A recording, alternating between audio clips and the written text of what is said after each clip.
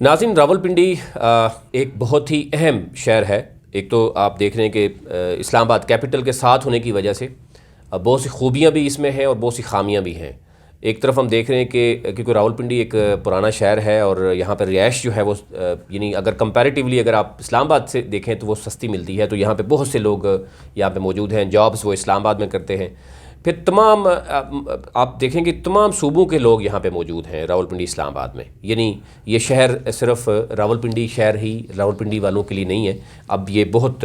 Diversity life یہاں پہ نظر آتی ہے۔ سی پی او صاحب آج کل وہاں پہ موجود ہیں جناب راولپنڈی میں، محمد احسن یونس، اور ظاہر ہے جہاں پہ ہم تنقید کرتے ہیں پولیس پر، پولیس کا جو ایک عوام کے ساتھ کیونکہ اثر و رسوخ زیادہ ہوتا ہے اور پھر جب بہت زیادہ سوشل انٹریکشن ہوتی ہے تو اس میں پولیس کے خلاف ایک بہت بڑی کمپلینٹس بھی موجود ہے، لیکن احسن صاحب کے حوالے سے اگر ہم بات کریں تو ان کی عوام بھی مختلف رائے رکھتی ہے۔ حالیہ جب سے وہ آئے ہیں چوری کی وارداتوں پہ ایک واضح کمی بھی نظر آ رہی ہے، وہ لوگ پکڑے بھی گئے ہیں۔ پھر کرونا وائرس کے حوالے سے وہ جو احتیاطی تدابیر کر رہے ہیں، ابھی جو قابل ضمانت جو جرائم ہیں تھانوں میں بند جو لوگ ہیں اس حوالے سے انہوں نے خصوصی ہدایت جاری کی، جو کہ ہم نے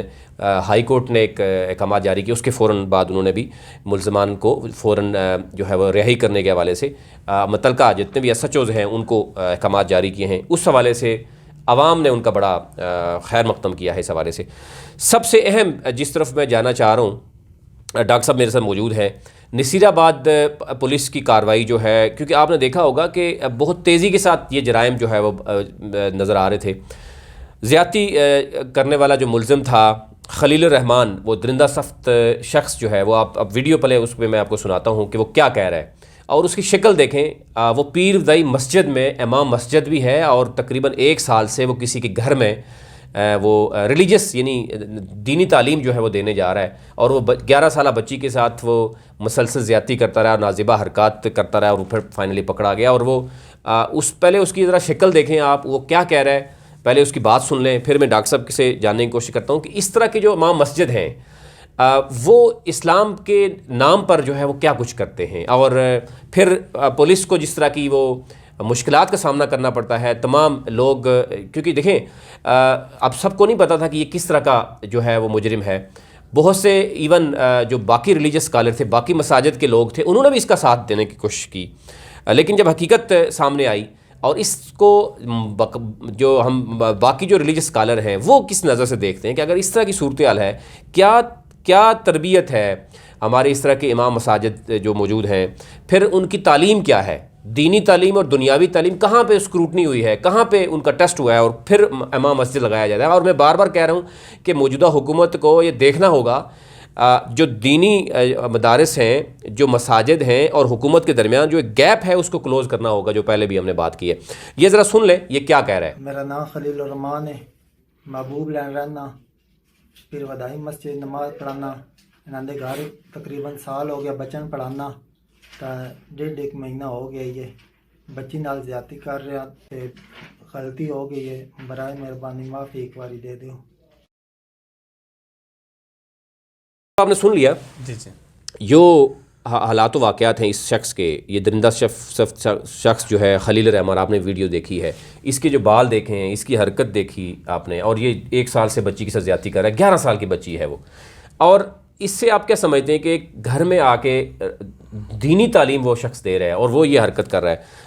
اس کی روشنی میں آپ سمجھتے نہیں ہیں کہ ایک بہت بڑا یعنی جو ایک ٹرو ریلیجس اسکالر ہیں ان کے لیے بھی ایک مشکلات کا سامنا کرنا پڑتا ہے، اسلام کے نام پر جو ہے بہت کچھ غلط ہو رہا ہے۔ یقین کریں ویڈیو دیکھ کے تو بالکل ہی دردناک اور دل دہلانے والا واقعہ ہے، اور ہم اس پیرنٹس کو سوچ ہی نہیں سکتے کہ ان کے ذہن میں کیا سوچ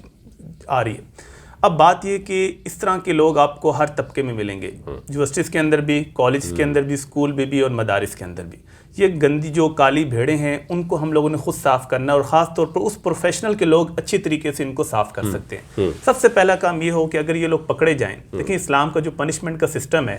کہ جب تک آپ سزا کو عبرت نہیں بناتے نا، وہ سزا عبرت نہیں بنتی۔ آپ دیکھیں کہ 3 سال کی بچیوں کے ساتھ واردات ہوئی، زینب قتل کیس میں عمران نامی شخص کو ہم نے 10 بار سزائے موت دے دی، لیکن جب وہ آپ بند کمرے میں سب کچھ ہوتا ہے تو وہ ایگزیمپلری ماڈل سیٹ نہیں ہوتا۔ قرآن نے جہاں سزاؤں کا ذکر کیا، قرآن کہتا ہے فَجَعَلْنَاهَا نَكَالًا، اس کو معاشرے کے لیے عبرت بنائیں۔ اگر اس شخص کو آپ معاشرے میں عبرت بنائیں اور اس کو پبلکلی ایک تو سزا دی جائے گی تو ہر شخص کے لیے عبرت کا سامان ہوگا۔ دوسری بات یہ کرنا چاہتا ہوں، اس میں دیکھیں کہ ہم لوگوں کو جو مدارس میں جب لوگ پڑھ کر آ رہے ہیں، یہ تو مجھے لگتا بھی نہیں ہے کہ مدرسے سے پڑھ کر آیا ہوا، بہت سے لوگ صرف داڑھی رکھ کر یا بال بڑے بنا کر لوگوں کو دھوکہ دینے کی بھی کوشش کرتے ہیں. اس کی تو حرکت سے لگ نہیں رہا کہ اس کے پاس کوئی ریلیجس نالج بھی ہوگا. تو ایسے لوگوں کا باقاعدہ انٹرویو کر کے ان کو امام مسجد رکھنا چاہیے. اور جس طرح آپ نے کہا کہ حکومت کو کچھ اقدامات کرنے ہیں، اگر شروع میں حکومت نہیں کر سکتی، جو بورڈ ہے، وفاق کا بورڈ ہے، ان کو کہہ دیں کہ آپ کم سے کم کچھ نہ کچھ اسکروٹنی کریں، ان کا بایو ڈیٹا اکٹھا کریں، کیونکہ بہت سے لوگ نان مسلم پکڑے گئے، بالکل سکھ نماز پڑھاتے رہے تو ان کا کوئی ڈیٹا ہی نہیں تھا. تو ان کے اپنے ہم وفاق کو آن بورڈ لیں، ان کو کہیں کہ آپ کے پاس سارا ڈیٹا ہو کہ کس کس مسجد میں کون کون سا لوگ نماز پڑھا رہے ہیں، کیونکہ بہت بڑی ذمہ داری ہے. ہم لوگ ساری گائیڈنس ان سے لیں، ٹھیک ہے. ایک تو اس کے اوپر کام کرنا چاہیے. اور تیسری کہ اگر ایسے لوگ آتے ہیں، پیرنٹس کو بھی چاہیے کہ ان کے گھر میں جو قاری ہے، جو بھی آ رہے ہیں، ٹھیک ہے، دیکھیے شیطان سب کے ساتھ، آپ کسی پہ بلائنڈ ٹرسٹ نہیں کر سکتے، آپ ان پہ نظر رکھیں اور ان کو بچوں کے ساتھ زیادہ انٹریکشن نہ کرنے دیں. ان کو کہیں کہ بس آپ پڑھیں، زیادہ فری نہ ہوں، ٹھیک ہے. اور ان کے اوپر ایک نظر رکھنا والدین کی ذمہ داری ہے. اچھا، دوسرا ڈاکٹر صاحب ایک بہت ہی اہم، جیسے آپ نے ذکر کیا کہ قرآن و حدیث اور جو ہم دیکھ رہے ہیں کہ ایک ایگزامپل سیٹ کرنی چاہیے جب وہ کرائم یعنی ایک مجرم بن جاتا ہے، اس کے بعد سزا ہونی چاہیے اور پوری ایٹ لیسٹ جو ہے وہ اس پورے ایریے کے پتہ ہونا چاہیے کہ نیکسٹ کوئی ایک اس طرح کی کوئی حرکت نہ کرے. ہمارے ہاں پولیس نے ابھی اقدام کر لیا، پولیس نے پکڑ بھی لیا اور پولیس پہلے بھی پکڑتی رہی ہے. اس کے بعد عدالتیں آپ اس کو چھوڑ دیتی ہیں. اب اور یہی شخص اگر آپ کو 6 ماہ بعد پھر اسی مسجد میں اگر امام مسجد نظر آئے تو پھر آپ کیا کہیں گے؟ آپ عوام سے کیا ایکسپیکٹ کر رہے ہیں؟ آپ متعلقہ پولیس بھی یہی سمجھتی ہے کہ یار ہم پکڑ کے اگر آپ عدالتوں میں لے جاتے ہیں اور عدالتیں چھوڑ دیتی ہیں. اور آپ ابھی تک مجھے بتائیں پاکستان میں کون سے ایسے کیسز ہیں،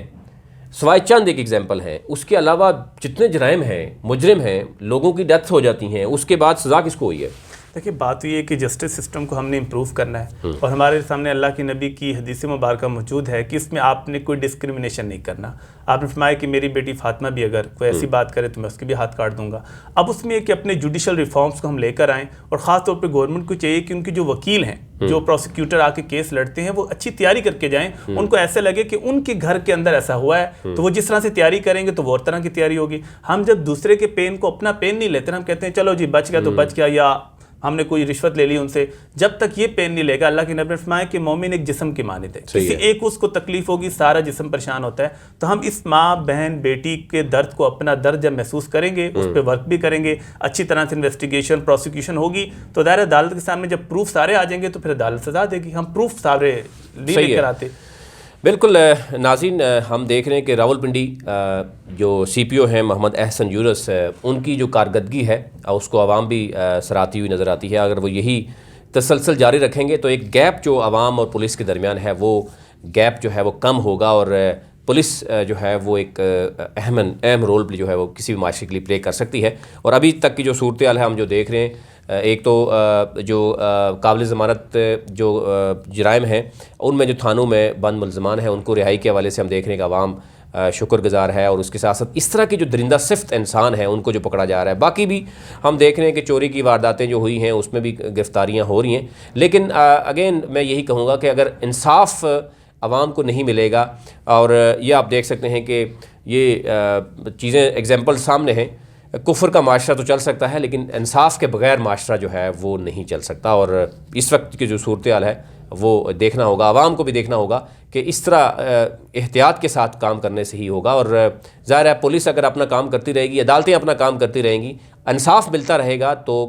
اسٹیٹ چلتی ہے. اگر انصاف ملنا بند ہو جائے، باقی ساری چیزیں ملتی رہیں لیکن پھر بھی ملک جو ہے وہ نہیں چل سکتا.